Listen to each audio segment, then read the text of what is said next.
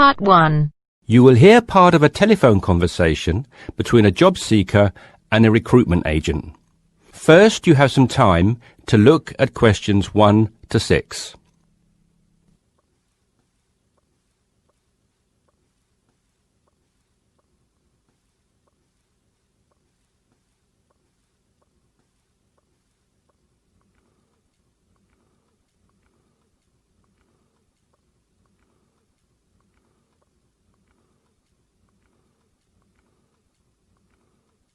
You should answer the questions as you listen because you will not hear the recording a second time.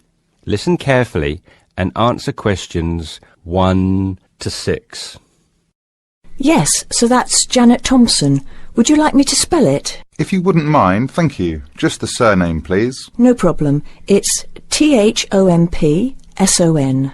Great. Now, Janet, before we go through the openings I have here in front of me, might I just take a few more details to complete your profile on my system? Of course. What would you like to know? Well, let's start with your email address, please.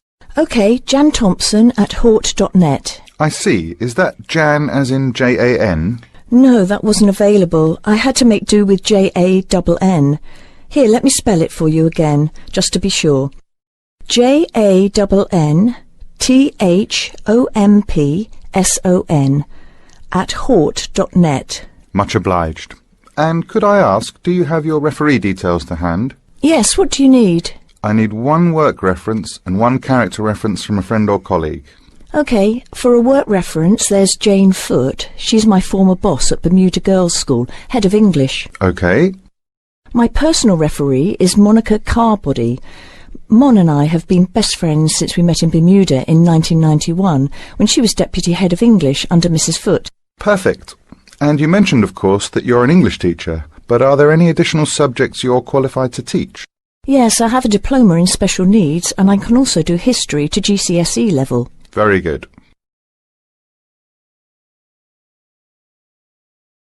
Before listening to the rest of the conversation, you have some time to look at questions 7 to 10.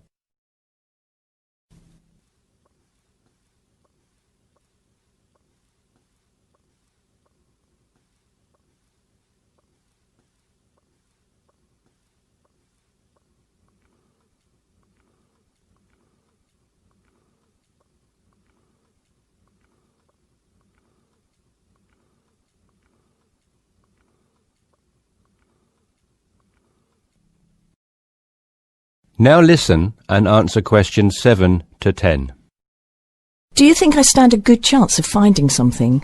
Oh, better than good. In fact, we have some positions we can offer you today. You see, it's not so difficult to find a temporary role. Tell you the truth, there are plenty of them around, but getting a permanent position will prove a little more trying, though.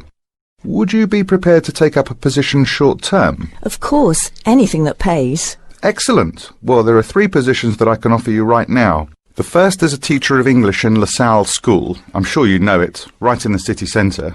Yes, near where I live, actually. Even better. Well, it's a 6-month contract, and the very attractive thing about this role is that the head of English at LaSalle will, if she's satisfied with your performance after 6 months, offer to make you a permanent member of staff. Wow, that's food for thought. It certainly is, bearing in mind what I said before about how hard it is to find a permanent role. The second position I have to offer you is in a school near Chelsea. It's called the Chelsea Free School. Are you familiar? I can't say that I've heard of it. Well, this contract is for 1 year, which is a lot better, looking at it from a short-term job security perspective, than the first role I mentioned. But you also have to realise that you are a temporary replacement for a female teacher who has taken maternity leave. There is no prospect of the position being made permanent. I see. I have one other vacancy at the minute, though I doubt you'll find it quite so appealing. It's situated in rural Cambridgeshire. I'll spell that just in case you want to take it down. CAMBRIDGESHIRE. And the school simply goes by the name Cambridge, though it's not in any way related to the other more well-known establishment of the same name. I was just going to ask that. What a lovely location, though, eh? Yes, but there's a catch. It's only a 6-week contract to cover for someone on extended sick leave. I see. Well, I guess that's ruled out then. What sort of salary can I... That is the end of part 1. You now have half a minute to check your answers.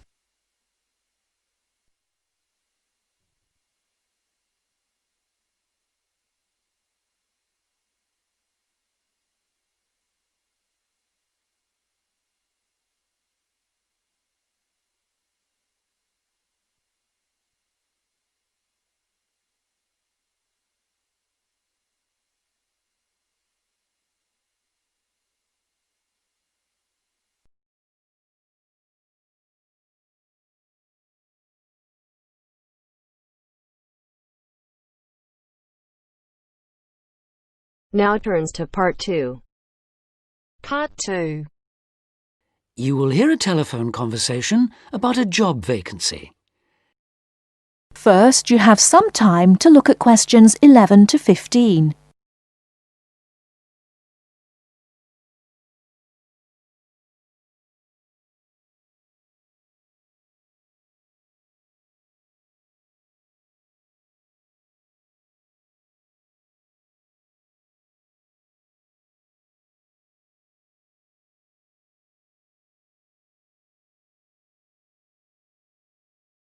Now, listen carefully and answer questions 11 to 15.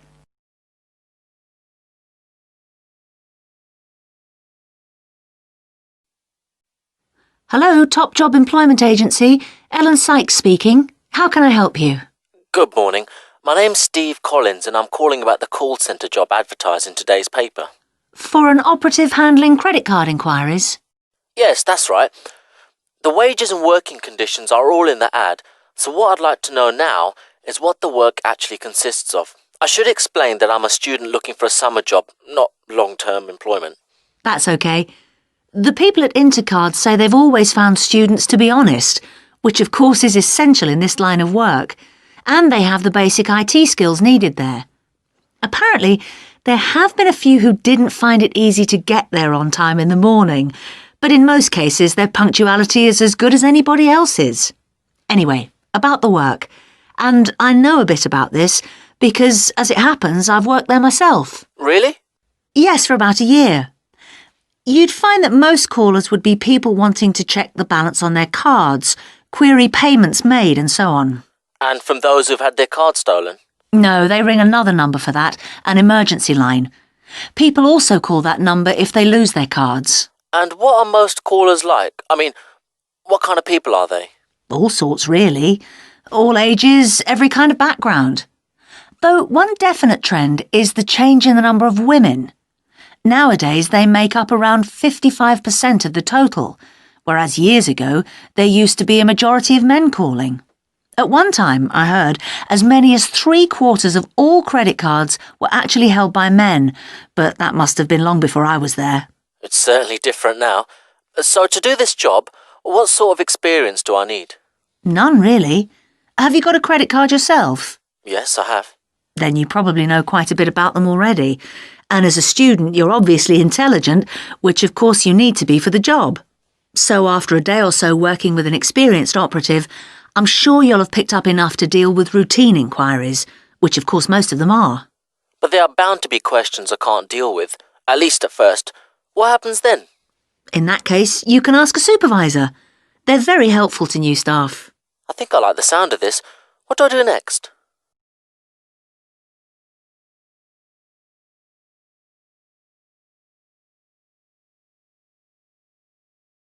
Before you hear the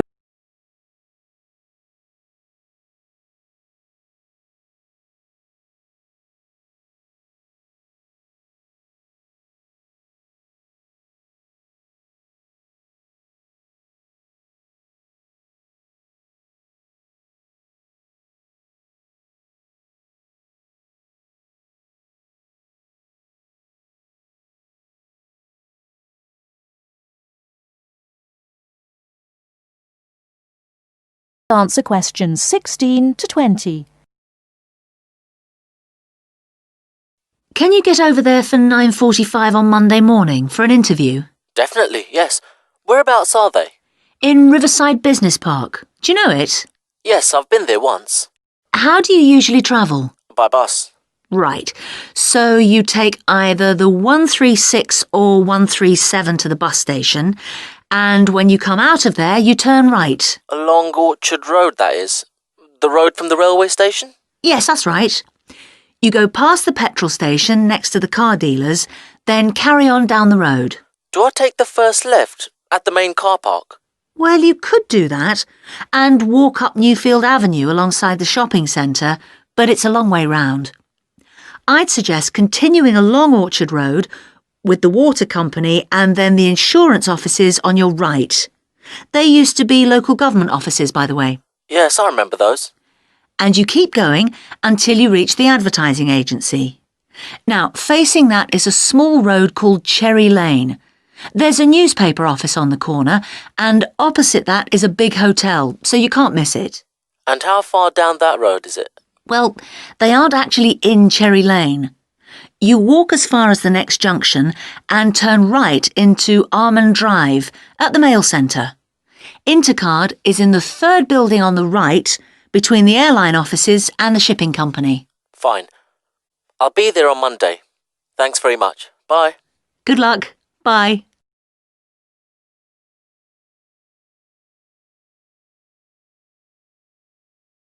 That is the end of part 2. You now have half a minute to check your answers.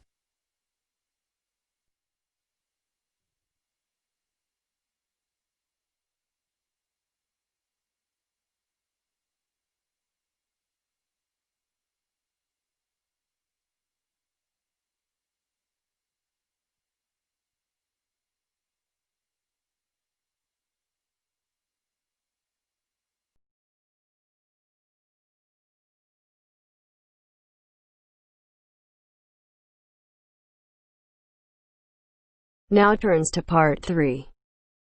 Part 3.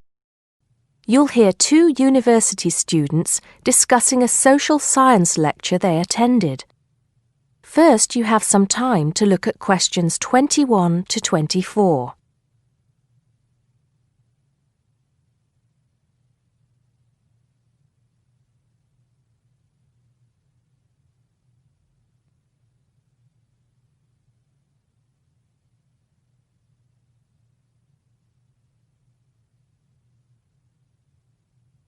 Now listen carefully and answer questions 21 to 24. Did you go to the first social science lecture yesterday? Yeah. Didn't you see me there? No. I was trying so hard to understand the lecturer. What didn't you understand? A lot of it, really. For example, he said we needed to study history as part of the course, but I didn't get why. You probably missed it. He said early on that we need to learn from our past mistakes. Right. But he also said we need to put ourselves in the place of our ancestors. Why is that? I think the point is that it's not enough to know how they lived and what they did. We need to know what they thought. I see. And I've written transferable skills in my notes next, but I have no idea what that means. If you study social science, you learn skills that you can use in a job. Oh, right. Is that all? Okay, but why is that? The point he made was that in studying social science, you use a flexible and adaptable approach to learning. Before you hear the rest of the conversation, you have some time to look at questions 25 to 30.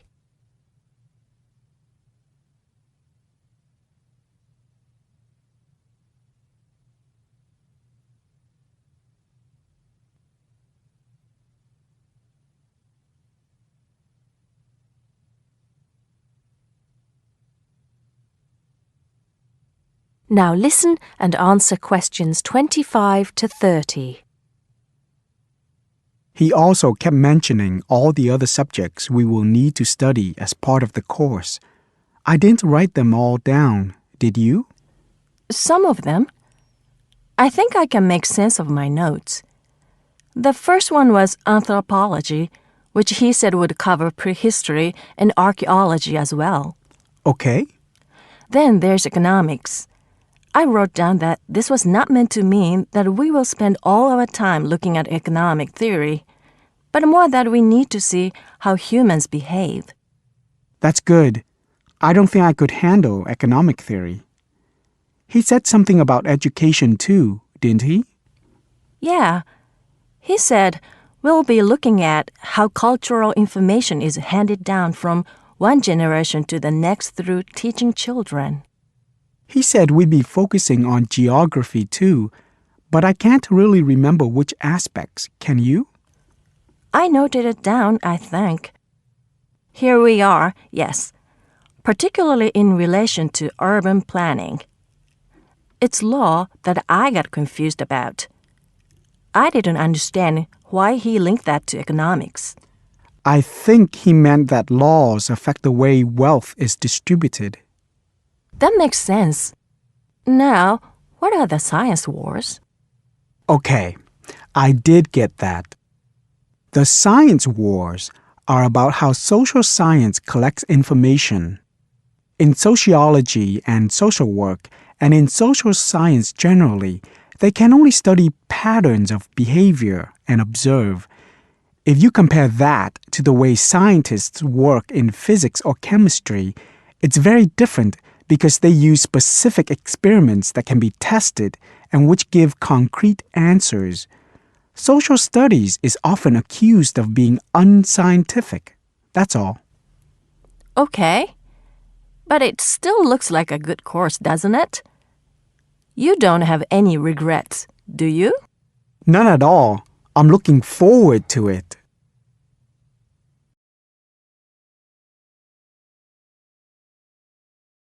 That is the end of part 3. You now have half a minute to check your answers.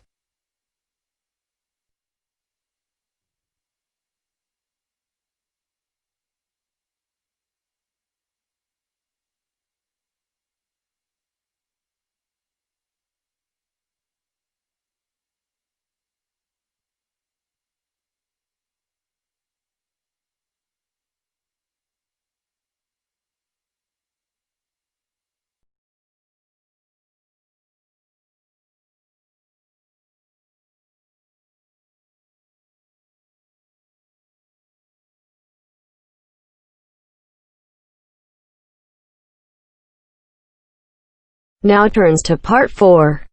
Part 4. Listen to the last part of the lecture. As you listen, complete the notes below. First, you have some time to look at questions 31 to 40.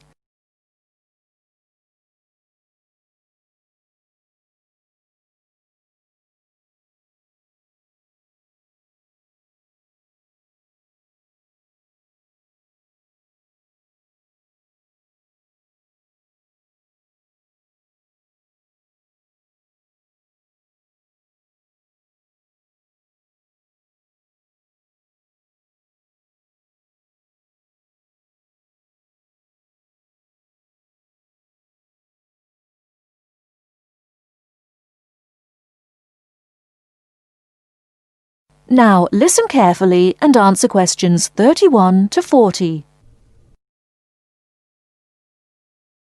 Last time I said that a lot of Irish people left the country and went to England, America and many other foreign countries. Today I'd like to talk about the emigration. The effects of immigration were not all bad. The immigrants experienced a lot of hardship in their new countries. There is a famous story about a park in Shanghai where Chinese and dogs were not allowed. Well, in England, until into the 1950s, signs for jobs sometimes read, "Irish need not apply." The immigrants often experienced discrimination, but they formed many organisations to look after their fellow immigrants. Many of these organisations later became very important. In America, the Irish chose politics as the way forward, and significant cities were controlled by Irish politicians. This movement reached its peak with the election of John F. Kennedy in 1960. His grandparents came from Ireland, and his election had a significant impact in Ireland, helping the process of recovery of self-confidence which we have today. Today, There are 70 million people of Irish descent living outside Ireland. In America alone, there are 40 million people, and 10 million of these people have a 100% Irish background. They carried the culture of their home country with them and adapted it to their new home. They made changes which would be unthinkable in the home country, and we often laughed at the Yankees' Irishness. In fact, any immigrant who came back to live in Ireland, often after many years, found it very difficult to fit into Irish society again. They had been changed by the experience. These immigrants have always had an interest in the old country. The American letter was a letter containing dollars sent back to one's family. More recently, President Clinton has been very influential in bringing peace to the north of Ireland. Riverdance itself was the idea of a dancer who was American, who applied American methods to traditional dancing, and the fusion was immediately popular. Modern Ireland has been able to use the disaster of the last century to learn modern marketing techniques and apply them, without at the same time losing what is distinctive about itself. Riverdance is a demonstration of that distinctiveness. That is the end of part 4. You now have half a minute to check your answers.